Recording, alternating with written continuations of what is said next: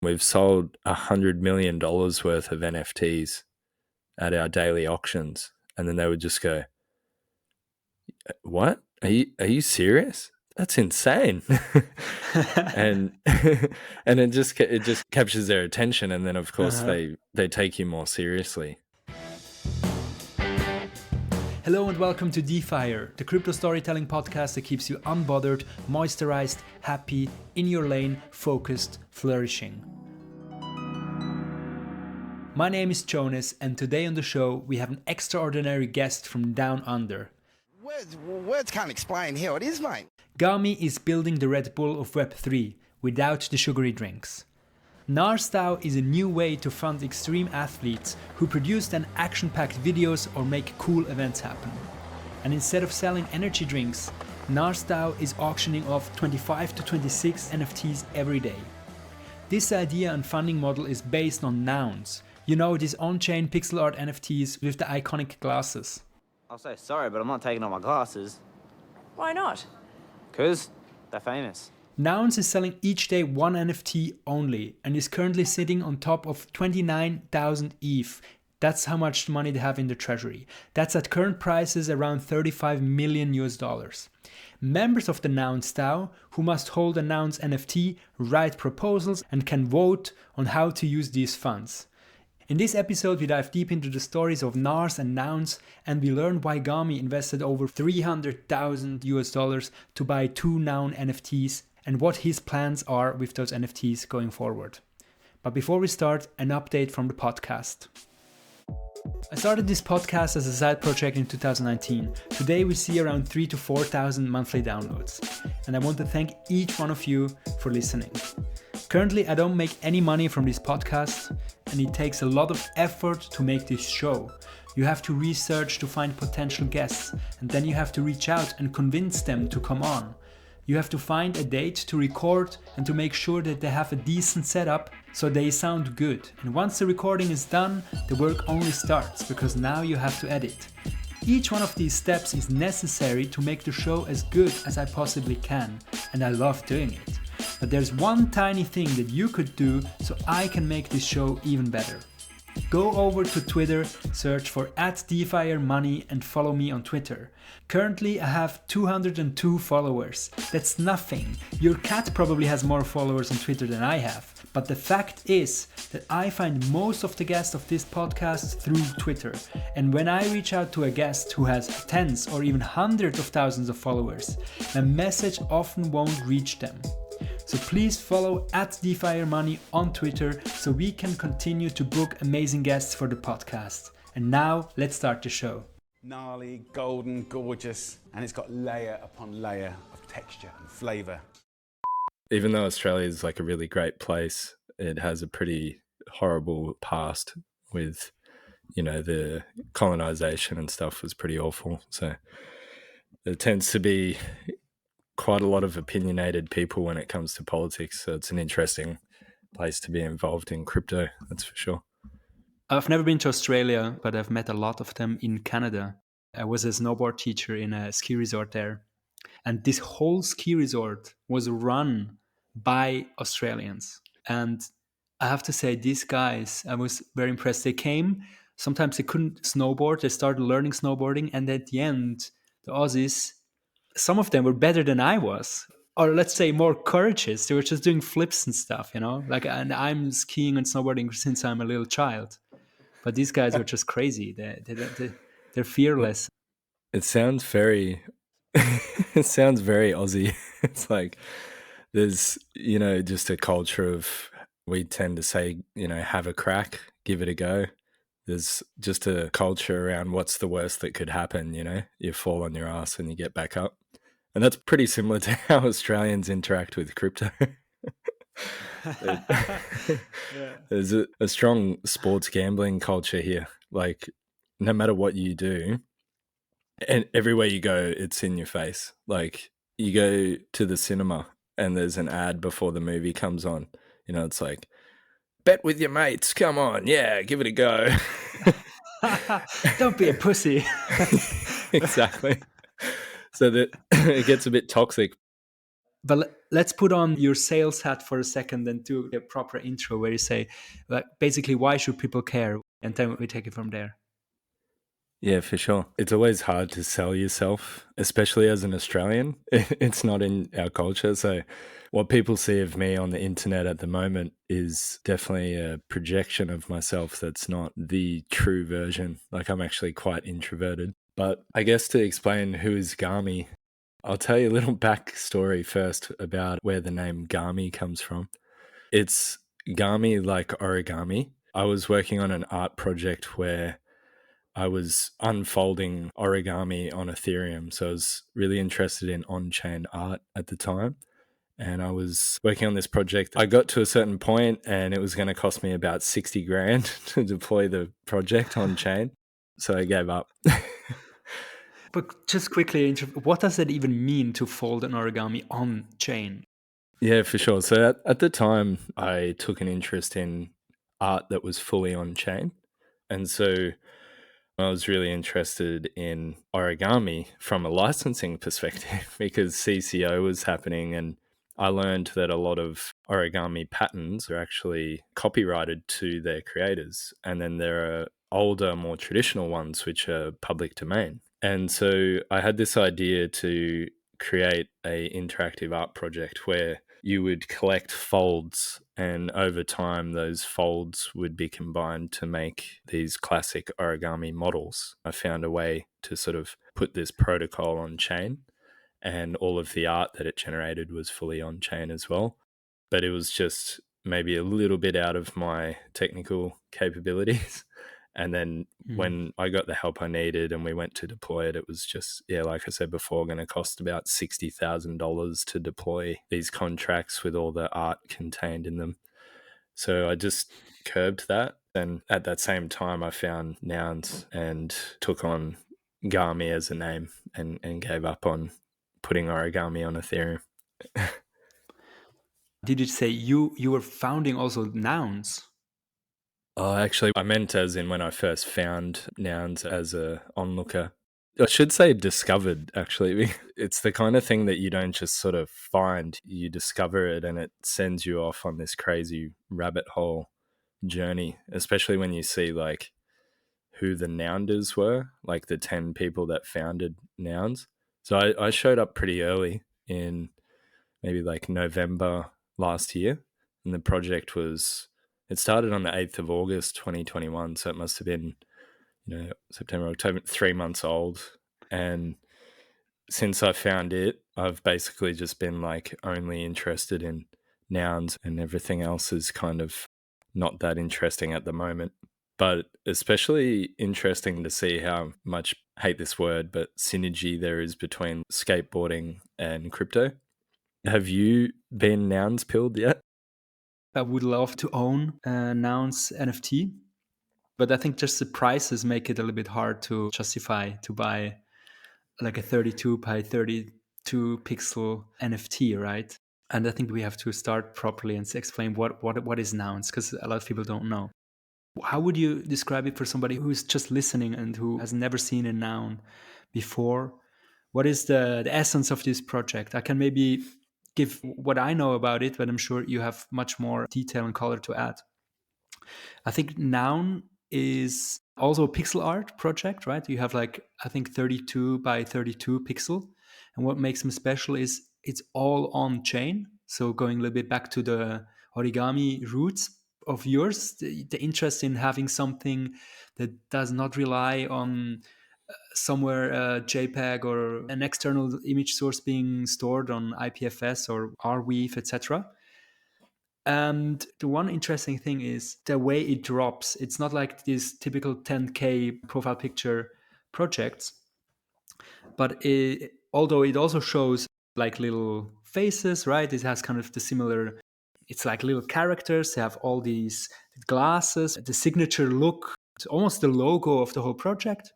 And then all the rest is kind of like randomly generated. And each day, only one new noun is produced in the world. You pay with ETH, and whoever is ready to pay the most amount of ETH wins the auction and gets the new noun. And they go usually for around, I don't know, 60 to 80 ETH every day. Yeah, recently they've been going quite cheap comparatively, 33, I think, in recent days, which is understandable because the market is pretty crazy at the moment with all this FTX drama. But I guess the way that I describe nouns is I tend to start first with the people. There's always a branding opportunity with nouns too. Just nouns, literally people, places, and things. So start off with the people. I think of nouns as a community of crypto natives that are pooling their funds together to do creative stuff, which is usually public goods. And part of the reason for doing that is to project onto the world that crypto isn't all this stuff that the outside world thinks it is. We want to project positivity onto the world. And that's why we tend to fund stuff that leans towards public goods. But what's interesting about nouns is the way that we pool our capital together. So instead of just having a multi-sig and dropping the funds in and debating over how to spend it, instead we have, thanks to the Nounders and the brilliance of the developers and the creative people involved, we have a protocol. And that protocol generates one new noun every day forever. And each one is sold through an on-chain auction. So that goes for 24 hours. And then 100% of the proceeds from every auction goes directly to the treasury. And the treasury is a fork of compound governance. So it's on chain and governed by the token holders, or as we call them in nouns, the nouners. And the only way that the founding team is compensated is they get every 10th noun to divvy up amongst themselves. So there's 10 nounders. And in terms of what makes nouns special, it's also an open source brand. So all of the art and the iconic glasses, which some people refer to as like the Nike swoosh of Web3, Uh-huh. and there's like this intentional reason for the art being just 32 pixel art, and it might not have been intentional. I'm not entirely sure, but it's lo-fi enough that it's really easy to build on top of as a creative person. If the art was like 3D, crazy detailed stuff, like where do you go with that? So it leaves open a lot of possibility for artists to expand on the CC0 artwork. So all that stuff is in the public domain and free to exploit however anyone wants from a creative standpoint. And then all of the code is open source. And we actually encourage people to fork and remix and do different experiments with what we've built. And then my own project, Gnars, which is a fork of Nouns, was actually funded by Nouns in the beginning with 69 ETH to essentially fork the Nouns contracts and make a sub DAO that's just focused on a particular subculture. So just to round out what I've said here, I tend to analogize a lot of things about nouns. And one thing that's sticking lately is that nouns is the console and your subculture is the cartridge. And I guess Gnars DAO is a really good example of that. And for anyone that's listening that's American and my accent reminds you of the rapper Nas, it's Gnars. Gnars DAO. Wow, that was gnarly. That word, I guess, comes from gnarly. And that's such a thing also in skate and snowboards culture, right? When there's like a spot that is kind of hard to ride, it's not very smooth. You have a jump and the landing is a little bit difficult or something like that, and you say it's gnarly. And that's, I guess, where Gnars DAO is coming from gnarly, I assume. Yeah, that's right. It's like shred the gnar, gnarly. Yeah, gnar is a way to describe something that's, it's crazy. So you might look at a big half pipe and see that it's all janky and crooked and lots of sharp bits, and you would say, damn, that's gnarly. And so when it came around to, me finding nouns, I think like it was just a word that sounds a bit like nouns. And it was something sort of close to my heart with my history and skateboarding and running communities within skateboarding. So it was just something that had to happen. And it's funny, like everyone on Twitter at the time was saying we're still early. And, you know, I've heard that in crypto since 2016. It's like, we're not that early. But I just like to say that we're still gnarly instead. Okay. So, Okay. yeah, just leaning into the culture of skateboarding and extreme sports in general. So yeah. Mhm. Nouns is it's a protocol, it's a platform, it's an open project that anyone can build on. And despite being so expensive to buy nouns, 90% of the people that are building on nouns don't own one. They're funded by us, but there are many different ways to get funding from nouns. So Nouns is the original project where the NFT costs around between 33 to more ETH, and they pool money, and in the DAO you decide, you make proposals. What shall we do with all the money that comes in every day? And then everybody who owns one of those Nouns NFTs has a vote. Is it one noun, one vote, or how does that work? Yeah, it's one noun, one vote. But when it comes to proposals, you actually need to have two nouns to put a proposal on chain. But that's not an issue for people that don't have nouns, because the role of nouners is to sponsor other people's proposals. So if you own a noun, you generally spend your time hearing pitches from people that are interested in getting funded. And then if you like those pitches, maybe you help them to refine their proposal. And then you would put it on chain and all the noun holders would vote. There's been nearly 200 proposals, and about 70% of them I think have been successful, and they range from things that are marketing focused to help the DAO get more attention and strengthen awareness, and then there's also a lot of things that are considered public goods, which are tooling that other communities use on Ethereum or other off-chain tools, or even things like supporting causes that we care about. And hopefully all these things feed into what we refer to as the Nouns virtuous cycle, which is just a way to explain that what we do hopefully brings good vibes back to us. We put out good vibes and we hope to receive some back. You are a nouner, right? Which means you have two nouns.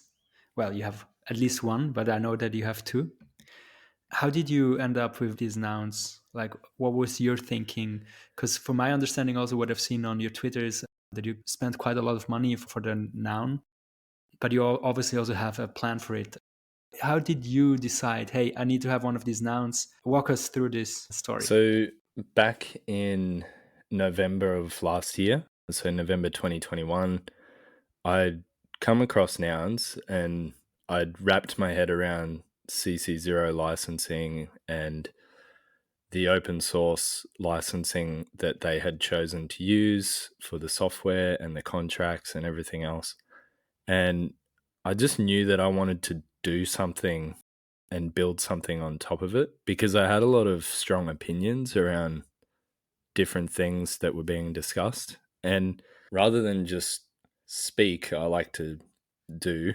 And so at that stage, I kind of felt like I had to own a noun to get involved. I guess communication is hard and it gets better as we go. But at that point, it was pretty sort of hard to grasp what was expected of you to get involved. And so I'd already thought of the idea for Gnars. I was with Blockbird, who's a prominent collector of art blocks, and he's a contributor to Fingerprints and Raw DAO.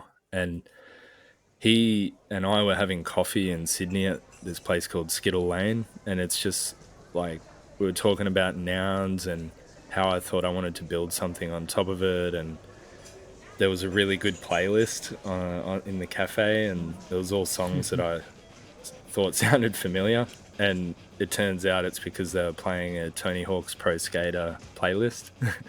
And it was just one of those moments where you just like, damn, man, there's a skateboard noun. Like, I wonder when that's going to pop up, you know? Maybe you should buy it, you know? Maybe it's a good idea. And I had already started tinkering with the nouns contracts and the art, just like slipping little skateboards under their arms, silly stuff like that, just playing. And then maybe mistakenly, but in the nouns Discord, I said like, no matter what, the first skateboard noun is mine.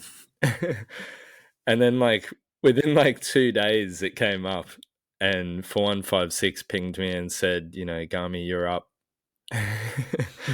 And so I wasn't expecting to have to pay 90 ETH for my first noun back in January of 2022 when ETH was quite a lot higher. It was But around, that's what it took to get it. So I don't know, 4,000, 3,000 per ETH. yeah, I think it worked out to be about 200,000 US dollars. But I'd already seen this vision in my head of like, you know, a subculture focused arm of the nouns movement. And as a skater myself, and like how much I just really liked the skateboard, and the fact that I thought it would be a really good mascot for a movement in street culture, it was a really good purchase in my mind. Probably the best thing I've ever done in terms of crypto. And now it's controlled by the Gnars community. There's around 3,000 Gnars NFTs out there so far. And Gnars community token holders get to control the votes of my nouns, which is really cool. And as well as that, we've helped Bob Burnquist fund some work with his foundation, Skate Quita. And then that skateboard noun was noun 189. So that was in January this year. I think I mentioned January 28th. And then later on in the year, I purchased noun 401, which is the first boombox head.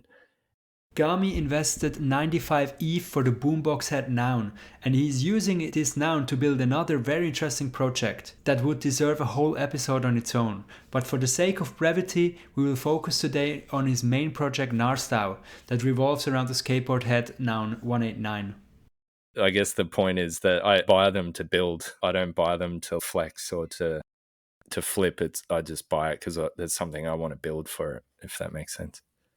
Yeah, no, I get it. That was the first NFT that you bought. And with that, you made a proposal to start basically a subculture DAO, another DAO, where you also can buy NFTs that look like nouns, but they have little skateboards. Is that the only twist you made, or the totally different characteristics? Yeah, the original collection, which was before Gnars became a DAO. So prior to Nouns funding me to create Gnars DAO, it was just an art project, essentially. All of my sort of rendition of the noun characters had a skateboard under their arm or holding up their hand, doing like the gnarly symbol, you know, the horns. But when I got funded by Nouns to essentially fork the protocol and create Gnars DAO, I wanted to be more inclusive of all extreme sports, because our first athlete that came in and was happy to represent us was an inline skater, not a skateboarder. So the new desperate need for funding for inline skating. It's probably not easy to be an inline skater nowadays. Yeah, it's right. Sorry, sorry, go ahead. Cut you off. What did you write in the proposal? Because I think this will explain it very well. What was the proposal? Yeah, so for anyone that's listening, you can go to nouns.wtf/vote/51. And I essentially wrote Gnars X Nouns athletes. I'd already been given a small grant to do a proof of concept where I wanted to prove that I could convince an extreme athlete to get sponsored by a DAO, and it had never been done before. So it was exciting for people because, you know, I showed some videos and cool footage and whatever. But this athlete is a good friend of mine, Joe Atkinson, and I really thank him for like giving me the opportunity to try this. So before all the proposal and everything, there was a small grant, and essentially that was 3 ETH given to me to see if I could convince Joe Atkinson to rep Nouns as a pro skater, inline skater. He's a 3-time world champion. Like, he's insane. Look him up on YouTube, Joe Atkinson. He's just amazing to watch. He's like a ninja with wheels on his feet, and he moves like liquid. It's just beautiful to watch. I'd sort of discussed with him how I consider extreme athletes to be some of the like most interesting artists in the world. You know, they're expressing their self by putting their bodies on the line and, you know, doing amazing, beautiful moves and all that stuff.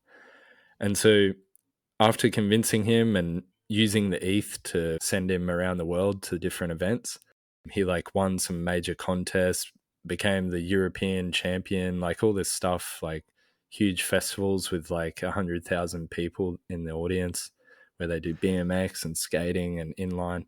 How did he represent Nouns? Was it just a logo that he was wearing? Yeah, just embroidered on his shirt, and he made his own jacket.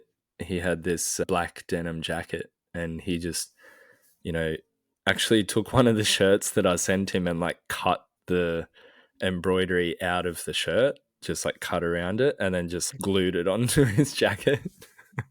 The And glasses, the Nouns glasses. exactly, yeah. So Okay.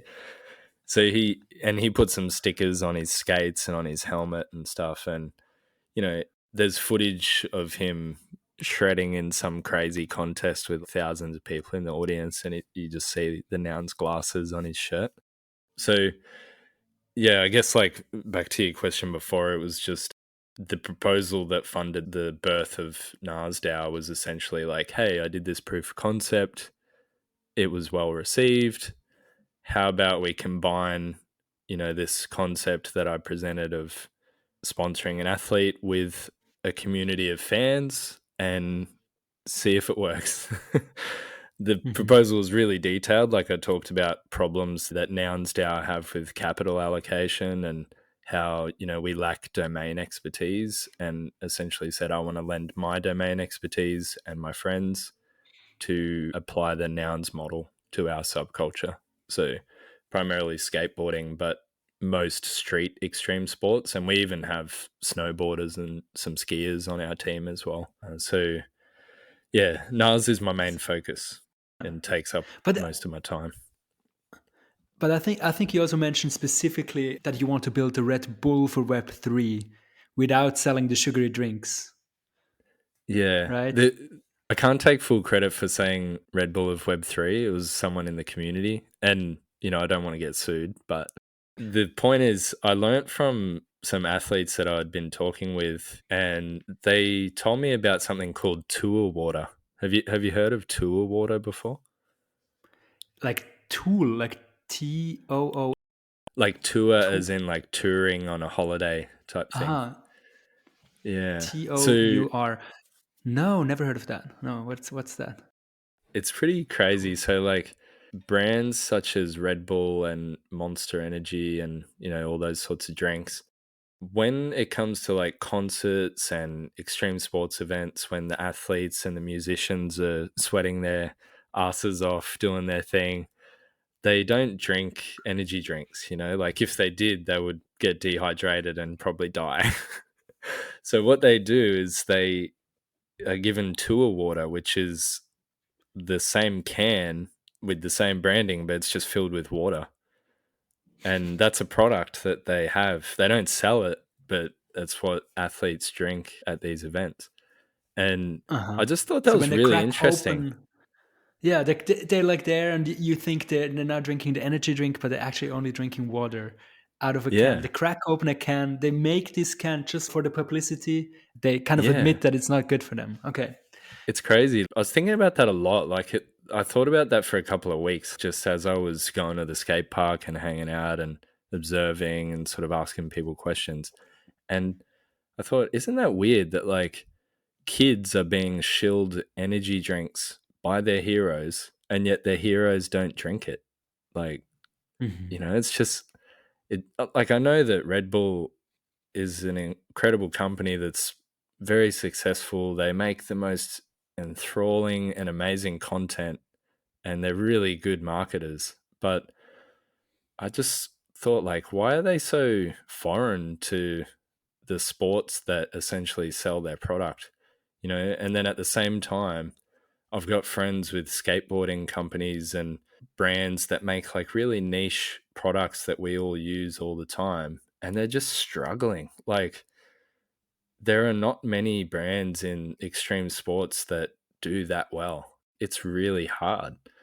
And so I just wondered, like, if this brand is able to exploit the sports to sell an energy drink, why can't we rethink that and just be a whole lot more responsible and thoughtful about how we involve ourselves with the culture? Because skateboarding has been exploited numerous times. There's a really good example with Supreme.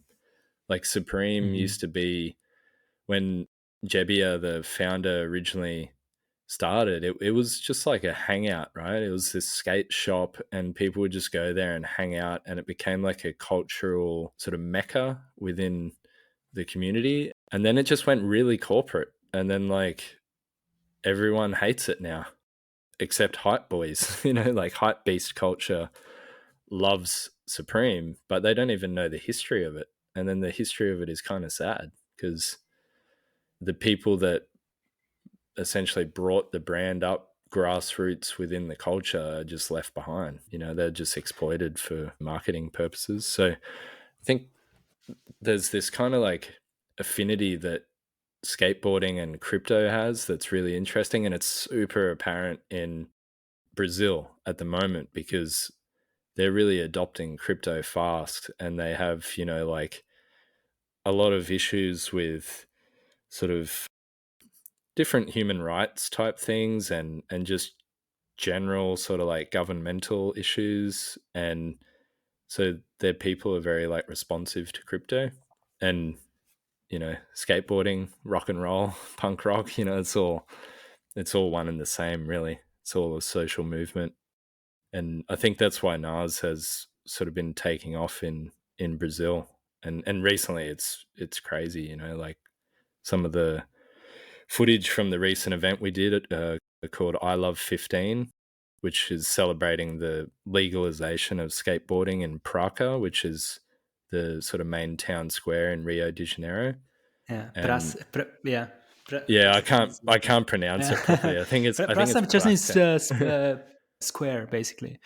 Yeah. Yeah. Yeah. And so of all the squares, primarily XV15 is the one where all these protests took place to legalize skateboarding, because there was just like nowhere good for the people to skate. And for years they protested. And then eventually the government were supportive. And now every year they have events where they get to place like a new skatable sculpture in this square. And this year we sponsored it as Gnars DAO, and we provided 6 ETH towards the event, which is not a lot for how big the event was. There are 1,000 skateboarders there and many more others who were spectating. And it's like getting mainstream media coverage. It's getting really good exposure within the Nouns community and in crypto in general, and in skateboarding, especially in Brazil, obviously. But what we did was we shout out to Vlad and Akfa and all of the crew, Third Eye in Rio. They made these huge Nouns glasses that you can skate. So they're a rail, multiple ways that you could hit this rail, and it's just it's there permanently now in this town I'm going square. to visit it. I'm going to visit it next time. I'll be there and take a picture. That's amazing. Gami, but I wonder how you think about this, because the Red Bull model is very straightforward. I mean, Red Bull famously is not even the company that was founded by this Austrian guy who just recently died, actually. He became a billionaire with that stuff. His arm was only the marketing branch, right? And then they had like this other company, I think in Thailand, that was kind of responsible for the product itself, for the Red Bull drink. But there it's kind of the model, I think, goes as follows. Like the marketing team drums up demand, and that at the end of the day, the money flows in through the sugary drink that they sell. How does that work with NARS? Because NARS is an NFT, right? You can buy an NFT every day, but only one. So even if you drive a lot of eyeballs and Oh, demand for this NFT, and there's how do you actually close the loop? there's actually some different mechanics on the way the auctions are as well. Nars is a fork of Nouns where we changed the auction cadence. When I first launched Gnars DAO, the auctions were actually every 10 minutes. And then every 1,000 auctions, the duration doubles. So at the moment, the auctions take 40 minutes and then 80 minutes and 160 minutes and so on. So after we get to around 10,000 NFTs, there'll be one sort of like every day and then one every 2 days and so on. So in terms of how I think of this as a business, it's very much about looking at street culture, skateboarding, all the extreme sports that sort of revolve around the same sort of scene. So if you're a skater, and I'll use Vlad as an example from Brazil, he is a pro skater, he's sponsored, he does all these things, he works in Web3 at Shapeshift DAO and all this sort of stuff. And he is essentially using NARS as a way to give back to his community. So refurbishing skate parks, holding events, giving free skateboards to kids that need it, and onboarding people to Web3 essentially, so that they're learning and having an experience where they gain new skills. And so on the other side of that, there's the fans. So people that are really into extreme sports and are into crypto and want to collect NFTs. And they essentially take part in these auctions that happen back to back, and their funds go into a treasury, and then we decide how to spend it, just like Nouns. And we also get some extra funding from them when we need it, type thing. So as that sort of like evolves, we're getting to this point where we've provided these sort of places for people to gather, and whether that's like a cool obstacle that we install somewhere, or a skate park that we refurbish, or just a cool event that we put on to bring people together, we incentivize people to keep creating content around these things. So very soon, actually, we'll be launching these hashtag campaigns where there'll be all the content being pulled in, and then the community curating that content, and then like the stuff that rises to the top actually gets paid out retroactive rewards from our treasury. And so we're trying to create this sort of cycle where the culture continues to grow in the grassroots way and allows for the community and the athletes to own the protocol that makes all this happen. And so I think in future, the closing of the loop is, once you set up this environment where there's this like creator economy for extreme sports, I think what we'll see is a marketplace, and I'll refer to it as a marketplace because it's more on brand. But I think that'll be a really interesting marketplace for content creators within the extreme sports niches. And we've already seen brands taking interest in what we're doing. So I think for me personally, I think there'll be like the community component, which is all about giving back to where you come from and using the funds to like revitalize the skate park where you grew up and all that sort of stuff. And then there'll be the business component, which will be like matching all these participants up with brands and doing different branding deals, and maybe even stuff similar to Top Shot, like NBA Top Shot, but we could have like, tricks essentially as NFTs that people could collect. So I know that's a long-winded, meandering answer, but the short version of it is, I think there's an opportunity in terms of the creator economy for extreme sports. And the reason I believe that is because we've seen that exact model work to sell sugary drinks. So why shouldn't it work to, do good for the community and then provide opportunities off the back of that good? And we don't need to introduce a sugary drink or some sort of like extraneous product. I think instead we can focus more on the fan engagement And the different sort of like on-chain curation of culture, these sorts of things that we can do as a community to sort of uplift everyone and really focus on keeping it that way. The treasury is governed by the community, so they have ownership of it from day one, as opposed to, most NFT projects just sort of like taking your funds and you hope for the best. So that's the thesis anyway. We'll see how we go. And every 40 minutes a new NAR is born. Like every 40 minutes somebody is betting on them. Is it organic, or do you sometimes have to help a little bit? Or what is your experience with the Gnars DAO and with the growth so far? It's insane, to be honest. Like, there's an auction channel in our Discord, and it's where most people end up first when they find us. And there's just a strong culture of bidding on these auctions. Like, the NFTs go for quite cheap. They generally go for around sort of 0.03 to 0.05. So, somewhere around the sort of $50 to $100 mark. But when that's happening, multiple times a day, like at the moment, we're averaging about 25, 26 a day. And it's just continuing to grow. More interest in the bids. And we don't have a time extension like most auctions, but we will introduce one in the future, I think, through a governance vote.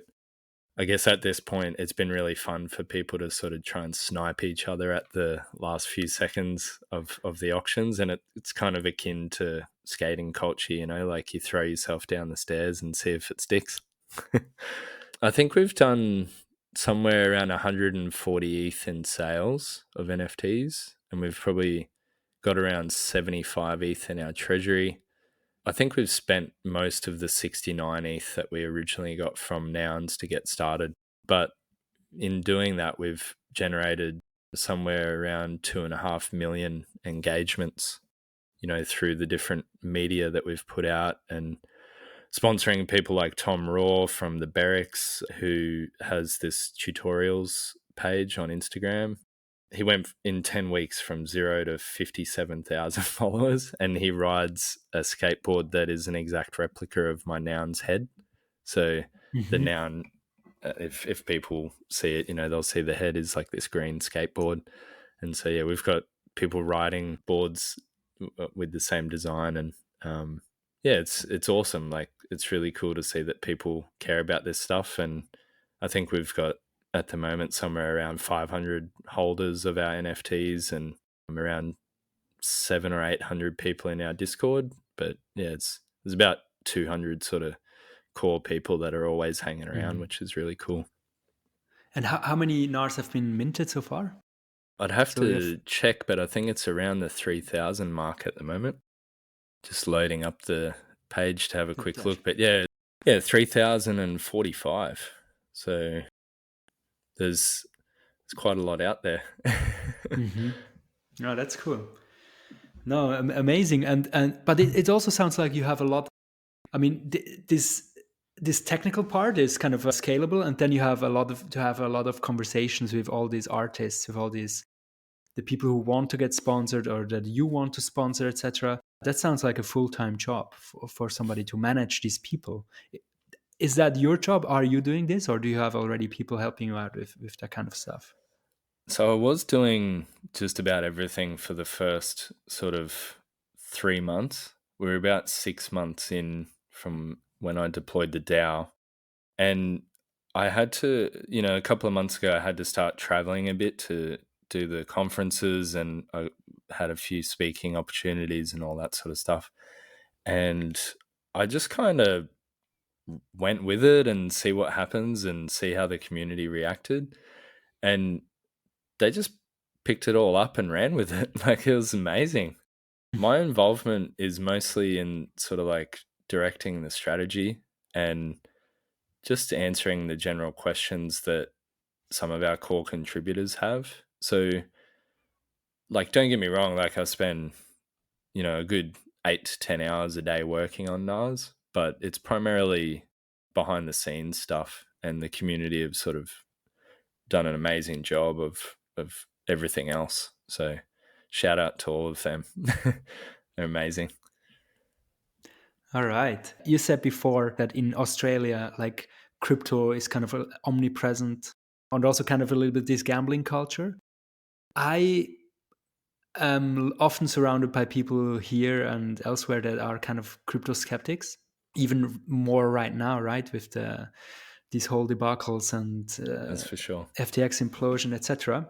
And I don't automatically would say that people who like to skateboard have necessarily an open heart for Web3 and NFT projects. I would say it's just, it's could be, could be not. But do you see there like a natural fit, or do you also often have some friction or people who are more skeptical and you have to educate them about it? It's a great question because there's so much animosity and frustration in the market at the moment. But I guess to answer the question, it's probably best to look back to when athletes other than Joe, who I brought in, started to get involved. And the first person to get involved from an athlete perspective was Dave Bashinsky. So he's quite famous for being the first person to do a flip trick down El Toro, which is this famous 20 stair. It's not around anymore, but he's an iconic skater, and he was into NFTs, and he just sort of showed up one day in the Discord, and I was starstruck, and we had a call, and he brought Kevin Kowalski onto the call, another, like, one of my favorite skateboarders, and I was just blown away. And they were like, hey, look, we see the like value in NFTs and Web3 and everything, and we're just really excited that like you're doing something that touches the real world, and we want to be involved. And so I was about to go to New York for NFT NYC in, I think it was like June this year, and I said, just hang tight, I'm going to do a quick proposal, see if we can get a few ETH and fly you guys there, and let's make a film to sort of explain what Gnars is about. And then Nownish did all of that for us, which is amazing. And shout out to Goldie and 142. But yeah, the reason I bring that up for that answer is like all of the people from the sports that we know and love that have come into Gnars have been through word of mouth. We haven't actually done any outreach, which is amazing. And I love that. But at the same time, a big part of the events that we do is onboarding. And we're not forcing anyone to get into the crypto and Web3 space. We're just sort of, leaving it open to the questions that they have. And what's really interesting is like people see Gnars and they see this event and they go along and like, man, this is so cool. Like, how is this even possible? And then our ambassadors or like people like Vlad, he's one of our skaters. He'll just be like, dude, it's possible because of Web3. Like, this crypto powered movement. We're just a community of people who love extreme sports, and we're just like, like an internet collective, and we put our funds together to fund some cool stuff. And this is one of the things. And then they get curious, they're like, huh, so what can you tell me about this stuff? Like, how could I get involved? And generally they'll download a wallet, and 1 in 10 Gnars actually goes to our treasury for athlete onboarding.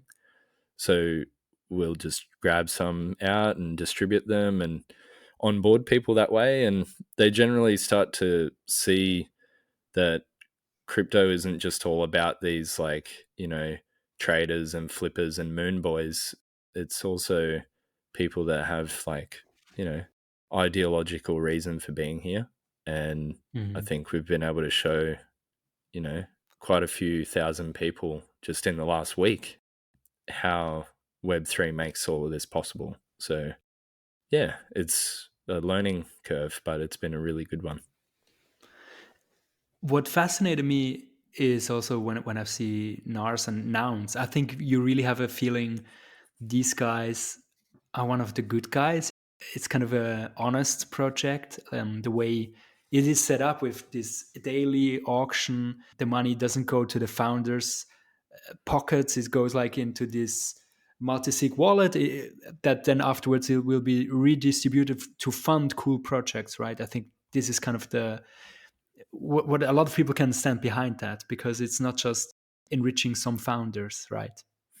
And I feel that, and I think the brand really is kind of this fun-loving and open thing that is doing a lot of good for Web3. And is that, Gami, is this now your full-time thing? Is that your job at the moment?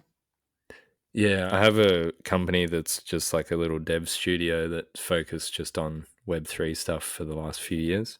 And yeah, it's, I guess, Gnars is it at the moment. So I have like Gnars, the Forgeries project, contributing to Nouns. And then there's one other thing I do, which is another fork of Nouns Okay. called Gnars DAO, which is like a little fun collaboration with Inverse Bra, the little, I don't know if you're familiar with him in crypto From culture. He Twitter. screenshots stuff, little green guy. Yeah. Yeah. Well, yeah. So I it's a fork of Nouns where it's just for funding like really crypto native stuff. Mm-hmm. So like Crypto culture stuff. Yeah. So like as a joke, like we gave Smolting or Inverse Bra like 1.85 ETH just to show appreciation for the work he does. But the way I wrote the proposal was to buy him a new fridge because he lives like Wassies live in the fridge. So and then the next it's honestly just for fun. But the next thing we're doing is funding Zach XBT, who does the investigations when there's like hacks and stuff. So yeah, this guy is absolutely he's amazing. Like, it's just crazy, that he does this stuff with no funding. He just does it all off his own back and just gets donations. So it's cool to be able to help out, keep people safe. And it's all the same mechanism. People buy the NFTs, the funds go to the multi-sig wallet, and then you decide who should receive the funding. And then hopefully these other people will kind of use these NFTs, right? And kind of spread the word. It's kind of this cycle that brings in more people afterwards. It's quite smart. Yeah, it's like, I don't think the prices keep up forever, like I think as things progress, it gets cheaper and cheaper, but that's interesting as well. It's like the earlier ones are more valuable and then the later ones are more accessible. And so it's kind of like instead of dropping 10,000 on the market at once and then everyone, flips and a few people get rich and everyone else gets wrecked, it's more like, let's just slow it down. One a day or 20 a day or whatever. And it makes the community building much more organic as well because people have time, to be like, oh, that's what it's about. I get that. Yeah, cool. But most other communities, they're just like trying to flip it for a profit, and then all the bag holders are the community. That's really what it is, unfortunately. Hey, can I have this one snippet I've seen in the video? You said something about 100 millions was, like how you catch the attention of people. I think that could be cool to get that and put it in front of the episode that people are like, wow, yeah, for sure. Because at the time when ETH was higher, like, we'd sold $100 million worth of NFTs at Nouns, but now like the price is so much lower, it's not really that much. But still, I mean, it's still like millions and millions is in their treasury, or was, and can be used for good. Yeah, man. It's like when I go to conferences, I speak to people and they're like, what do you do? And I'm like, oh, I contribute to Nouns DAO. Have you heard of it? And they're like, no. And then you show them the glasses. Have you ever seen these? And they either are like, oh, yeah, or they're like, no. And the thing is, like, the only way you can get most people's attention especially in the crypto side, is to talk about, total value locked and these sort of like things that people look at as important metrics. So that's what I just started saying at conferences because no one knew us, and I'd just be like, oh yeah, we've got 30,000 ETH in our treasury. And then they're like, what? Tell me about Nouns. And so, yeah, one of the ones that I landed on that worked really well to get people's attention was they're like, oh, so what does Nouns do? And I said, well, primarily we do these auctions and we've sold $100 million worth of NFTs at our daily auctions. And then they would just go, what? Are you serious? That's that's insane. and and it just captures their attention, and then of course they take you more seriously instead of just being like, NFTs are lame, pixel art is lame. Yeah, perfect. That's it. That's exactly the soundpad I needed. Thanks so much for that. Let's do the last one, Gami. Call to action. What should people do? Where do you want to direct people? You can find me on Twitter. I spend most of my time on my main account, Gami, so it's 0xigami. But the most important place to go is to Gnars.com. So for the Americans, that's Gnars.com. That's the main site for Gnars. It gives you quick access to our film with Nownish and lots of information about our vision and our mission, our values, all that sort of stuff. And then that'll direct you to Gnars.wtf, which is our auction site. And you'll find one Gnar auction there every 40 minutes at the moment. And if you were listening earlier, the duration doubles every 1,000 auctions. And we call that the Gnarving, inspired by the Bitcoin halvings.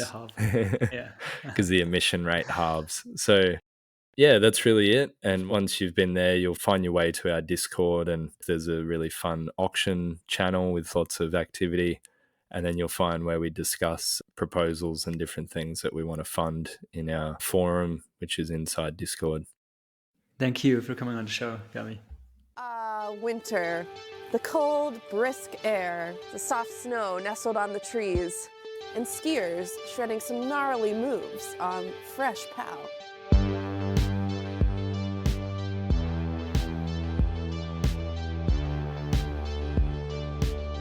If you're still listening, chances are that you liked this episode. DeFi is not just me, it's also you, the listener. And each day there are more listeners joining, and together we can spread the word about DeFi by giving it 5 stars on Apple Podcasts or wherever you are listening. Send this episode to a friend who might be interested. Check out the website, visit defier.money and click on subscribe to get the new episode, and in the future also blog posts directly into your inbox.